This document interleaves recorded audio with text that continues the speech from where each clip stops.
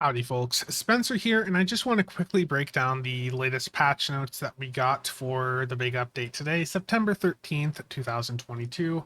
But before I get started, I just want to quickly mention again that there is a giveaway running over on my personal Discord. This is PC only, and the prize is a Styx Terran Dreadnought Cruiser that was generously donated by Martin. If you would like to enter, head over to my Discord, go to the giveaways channel, and react to the bottom of the giveaway bot post here. This little party icon at the bottom. Just hit that, and you can enter. So now let's take a look at the patch notes here. First things first, we got the Emperor's Will event. The grand prize here is the Terran Somerville, which I talked about the other day. It's an okay ship, nothing really game-changing. You'll be able to earn the daily progress by playing any of these episodes or TFOs. My personal recommendation is going to be Upiter or Radis because you can kill the first group and then AFK it. So just go into a private version of it, kill the entire first wave of enemies on the map, and then fly off to the corner of the map and tab out of the game for the next 10 minutes, and you will get your progress. For actual new content, the only things that we're getting with this season, new content-wise, are the one new episode and the one new TFO. So, I think for most of us, we weren't expecting this to be that big of an update, but I think there's a lot of people that have been getting hyped up for it, and I foresee some people being disappointed when they realize it's just the one new story episode and one TFO. The Elite Bridge Officer training tokens are dropping today, and they have announced that everyone is going to be getting a free Elite Bridge Officer training token that you can claim in the promotion tab of the C store. So you can try one out and decide whether or not you want to buy more of them. We got some fleet updates. I've already talked about most of these also. The only new things here in this patch notes is that they've also changed the Fed Starbase transporter officer to make it so you can go to other places easier. And they fix some of the NPC walking routes on the KDF map. Now the big part of the patch here is the nerfs and changes that they've done. So this is a fix here for Elite Fleet Colony mines or torpedoes. Before, the proc on them, which is supposed to heal you, was not working, and now they do actually work. At least I think it's supposed to heal you. I think that's how those worked. Then we have Whole Image Refractors. This was a fairly popular tanking survivability console, and people would often use Whole Image Refractors with the Fleet Colony TAC consoles. So before this change, it would just go up to 20 stacks, which would be higher than what your ship's hull capacity was. So you could basically, if you had 200,000 HP, for example, if you were using Whole Image Refractors and enough of those Fleet Colony TAC consoles, you could get a bunch of stacks of this and potentially have 500,000 temporary hit points on your ship. Now there's going to be a cap to how much temp HP you can get, which is equivalent to your ship's hull capacity. So now, if you have 200k hull, you could have 200k temp HP from Whole Image Refractors. So, I don't know how much of an impact that's realistically going to have for some people, but I foresee there being some of you not too happy about that change.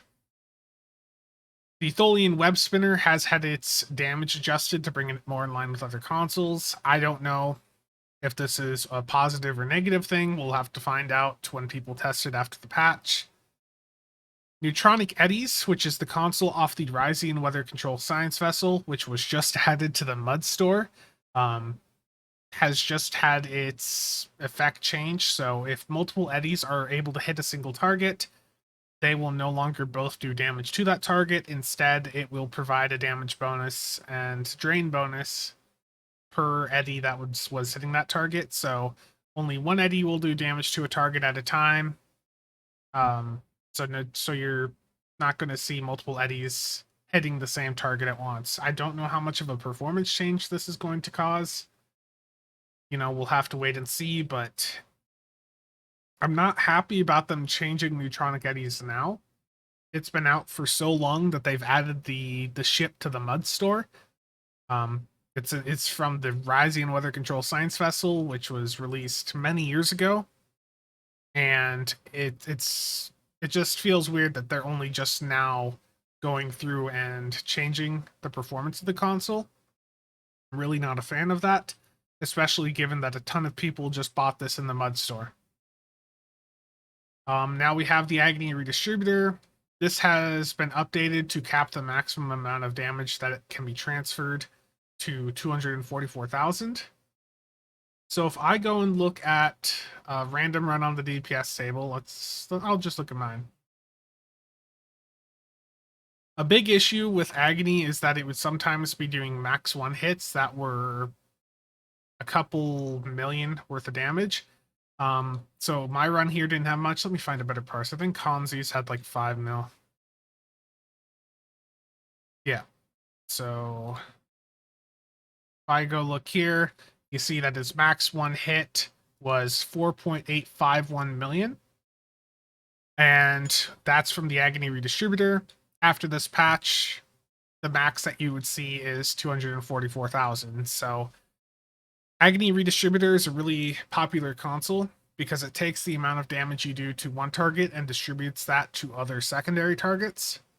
It was known for the stacking issues that it had, and this looks like the lazy way out of those stacking issues to just add a damage cap like this, but it's probably good that they added a damage cap like this because the console was really high performing.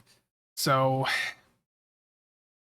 I think if you're a more casual player, this probably isn't going to change the Agony console too much for you.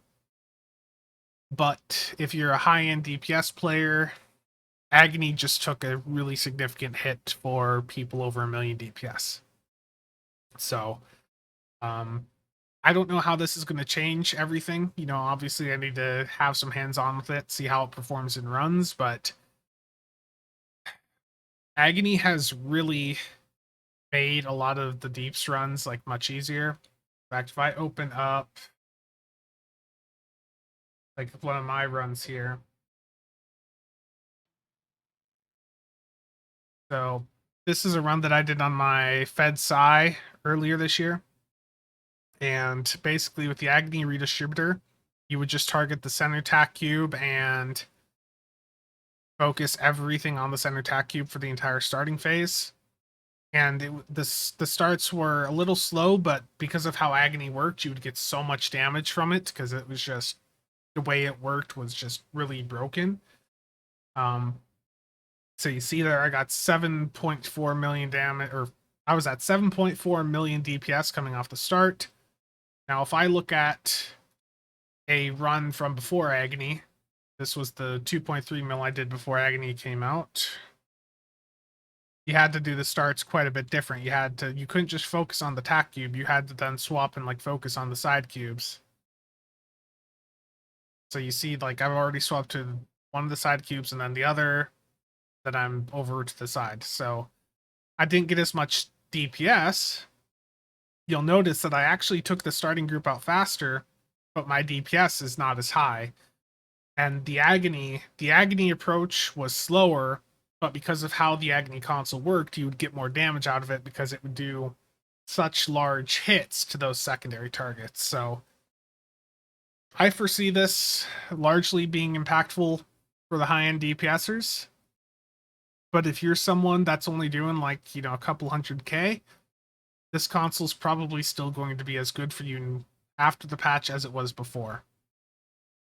They fixed an issue then with the Nadarian Defender, where the Borg attachments from the Borg reputation set were not appearing properly. So for any of you that have seen a Nadarian flying around like a Borg deflector or the engine appearance on, the Borg engine appearance was like twice the size of the ship. It was quite funny to see.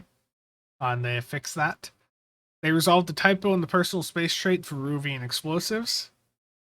So this used to have a T in it. So for the last couple of months, myself and many others have been going around calling it Vitruvian explosives. It's actually Veruvian. Then they've done some updates for New Romulus where you don't have to play some of the missions twice. Apparently it made you before. Instead of giving you a choice, they just give you Romulan marks because that's the only option for some of the missions. And then they did a couple random updates there. What I would like to have seen is a way to skip the new Romulus cutscene. To me, the fact that they're doing updates for new Romulus and they didn't go through and allow you to skip the cutscene is just why. That's one of the most annoying cutscenes that you see people complain about. And the last thing here is a known issue where if you get a new ship, it sometimes says that it's invalid. That can be fixed by moving maps or just going to the character screen and back onto the character. So it's just a minor issue, and you just have to swap maps basically or relog. So all in all, this is the first like balance patch we've had in a while, really, where they're going through, and it's not like a full balance patch, but it's the first patch in a while where we've seen multiple older consoles and abilities like getting some attention like this. Like the Neutronic Eddies came out how many years ago, and they're just now fixing it. Like I want to go see resin, weather, vessel.